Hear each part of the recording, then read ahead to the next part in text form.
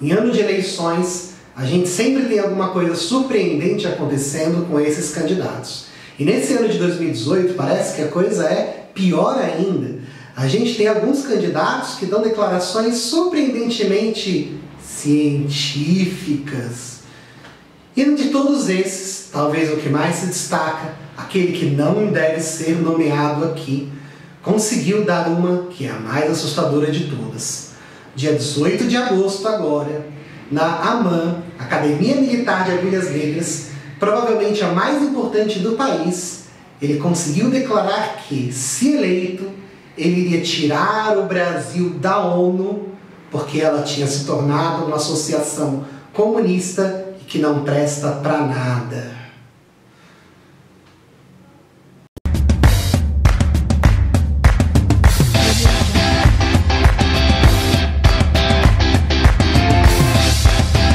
Gente, isso é uma loucura, é inimaginável. Alguém que tem chance de virar presidente do nosso país fazer esse tipo de declaração. Será que essa pessoa sabe o que é a ONU, como ela funciona e o significado que seria um país sair da ONU? A ONU foi criada em 1945 com o fim da Segunda Guerra Mundial. Existia um verdadeiro medo no mundo que existisse uma nova guerra mundial, e dessa vez seria extremamente pior do que as outras. Einstein já brincava que, se tivesse uma terceira guerra mundial, ele não sabia como seria, mas a quarta seria a pau e pedra. Isso porque a terceira provavelmente acabaria com o mundo. Na Segunda Guerra Mundial, a gente teve explosões de bombas atômicas em 2 cidades no Japão. O poder daquelas bombas era de 10 e 15 quilotons de potência. É uma unidade de medida, e quem conhece esse K do quiloton, e também conhece kbyte de informática, sabe que as bombas que foram inventadas pouquinho depois, com megatons e gigatons, eram 1 milhão de vezes mais potentes. Imagina o tamanho da destruição que isso não podia causar. E essa ONU, fundada por todos os países que existiam na época, hoje em dia com 193 países, é nada mais, nada menos do que a associação que diz que um país é um país. Não existe oficialmente um país se ele não está na ONU. Para vocês terem uma ideia, aqui está a lista de todos... A lista não, aqui está o mapa de todos os países que existem na ONU. Estão vendo alguma parte de fora? Olha mais interessante esse outro mapa que mostra quando cada país se associou à ONU. Conseguem ver algum aqui de uma corzinha diferente? Prestando atenção, vocês vão enxergar Sudão do Sul.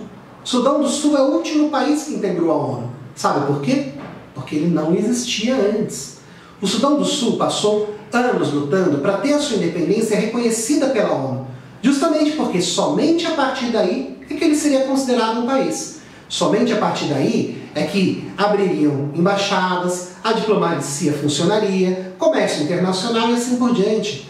Hoje em dia, países brigam pelo reconhecimento na ONU. Nenhum país, em sua consciência, consegue pensar em querer sair da ONU.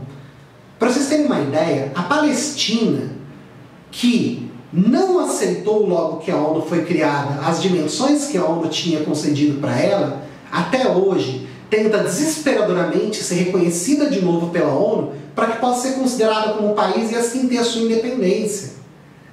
Existe uma outra regiãozinha aí no mundo que também está nessa situação de querer reconhecimento da ONU. Quando teve a Revolução Socialista na China, um pedacinho da China, Taiwan, não foi conquistado pelos socialistas. E aí ficou aquela história, a China diz que é dona de tudo, inclusive daquela ilha que ela domina. Aquela ilha que ela não domina, Taiwan, também diz ser dona de toda a China. E aí, como uma não aceita que a outra possa ser reconhecida pela ONU, a ONU teve que escolher. E óbvio, escolheu o tamanho da China inteira ao invés de uma ilha só. Os países lutam por esse reconhecimento.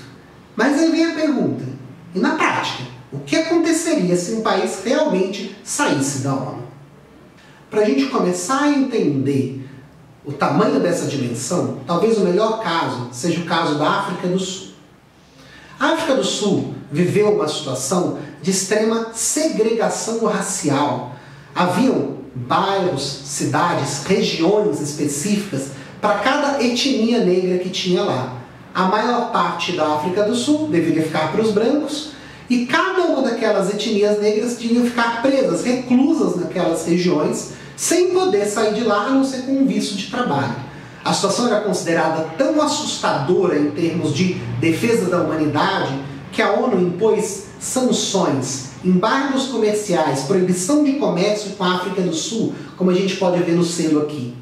E aí o que acontece? Isso basicamente destruiu a economia da África do Sul, a tal ponto que o governo, que tinha controle da situação em termos militares, políticos, econômicos, basicamente viu que era impossível sobreviver com essas sanções.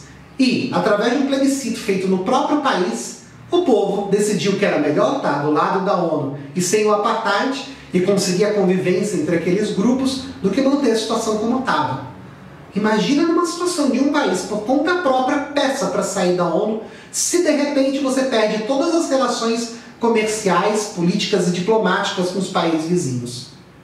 Não é só isso. Existe uma regra de defesa mútua na ONU. Isso significa que nenhum membro da ONU pode ser atacado sem que isso gere todo o esforço da ONU, de todos os outros países, para defenderem aquele que foi atacado. Isso ficou famoso, por exemplo, na Guerra do Golfo, onde o Iraque invadiu o Kuwait sem autorização da ONU e houve um esforço gigantesco de vários países unidos, inclusive pela primeira vez unindo Rússia e Estados Unidos, Rússia pós-Guerra Fria, deixou de ser União Soviética, e eles juntos foram lá para derrotar o Iraque, que tinha invadido o Kuwait. Imagina se um país sai da ONU, ele perde essa proteção. Teoricamente, qualquer um poderia invadir. Bem, esse candidato gosta de armas, de repente ele até está querendo algo assim? Não, acho que não. Ele não deve ter previsto esse tipo de coisa. Mas vamos analisar um pouquinho da teoria dele. Será realmente que a ONU é ineficiente? Ou que ela se tornou uma associação comunista? Bem, é verdade. A ONU, ela engloba todos os países. Dessa forma, ela engloba também os países comunistas. Por exemplo, a gente tem um mapinha aqui que mostra quais países oficialmente são comunistas na ONU. Existem alguns. Mas será que esses países tornaram uma ONU comunista? Esse certo candidato gosta de fazer sempre referência ao governo militar, dizendo que foi a melhor época que o Brasil viveu na sua história. Puxa, será que algum militar já imaginou tirar a ONU, tirar o Brasil da ONU? Será que foi campanha durante essa época dos governos militares? Vai ver que naquela época não devia ter tanto país comunista na ONU, né? Vamos dar uma pesquisadinha e ver como que era o mapa dos países comunistas durante a Guerra Fria no regime militar no Brasil. Parece que naquela época, sim, quase metade do mundo era comunista. E mesmo assim, não se falava em um país sair de lá porque metade deles eram comunistas. Muito pelo contrário, sabia-se da extrema importância que cada país tivesse presente na ONU para garantir justamente os seus pontos de vista e que o mundo como um todo pudesse negociar e tentar impedir aquela guerra de acontecer, porque seria uma guerra atômica. E aí vem a outra situação. Realmente, na prática, a ONU conseguiu impedir uma terceira guerra mundial. Olha só, de 1900 até 1945 a gente teve 2 guerras mundiais. E de 1945 até hoje, nenhuma. Quantas bombas atômicas existiam até 1945? 2, as que os Estados Unidos lançou. Depois disso, chegaram a ser criadas milhares, o mundo poderia ser acabado dezenas de vezes, mas a ONU conseguiu impedir que isso acontecesse. Até que ponto ela é ineficiente? Não foi só isso. Através de um tratado de não proliferação de armas nucleares, o número de armas nucleares baixou, reduziu significativamente. Além de tudo, a ONU tem questão de acordos comerciais, acordos ecológicos. Você já ouviu falar no buraco na camada de ozônio causado por um elemento chamado CFC? Pois é, foi a ONU que conseguiu reunir os países para fazer uma discussão para limitar a produção disso. E hoje em dia, basicamente, o problema foi resolvido por uma ação da ONU. Ou seja, não faz nem sentido a gente dizer que a ONU se tornou comunista, e você pode até achar que ela não funciona da forma mais eficiente possível, mas daí dizer que ela não funciona para nada é muita falta de conhecimento.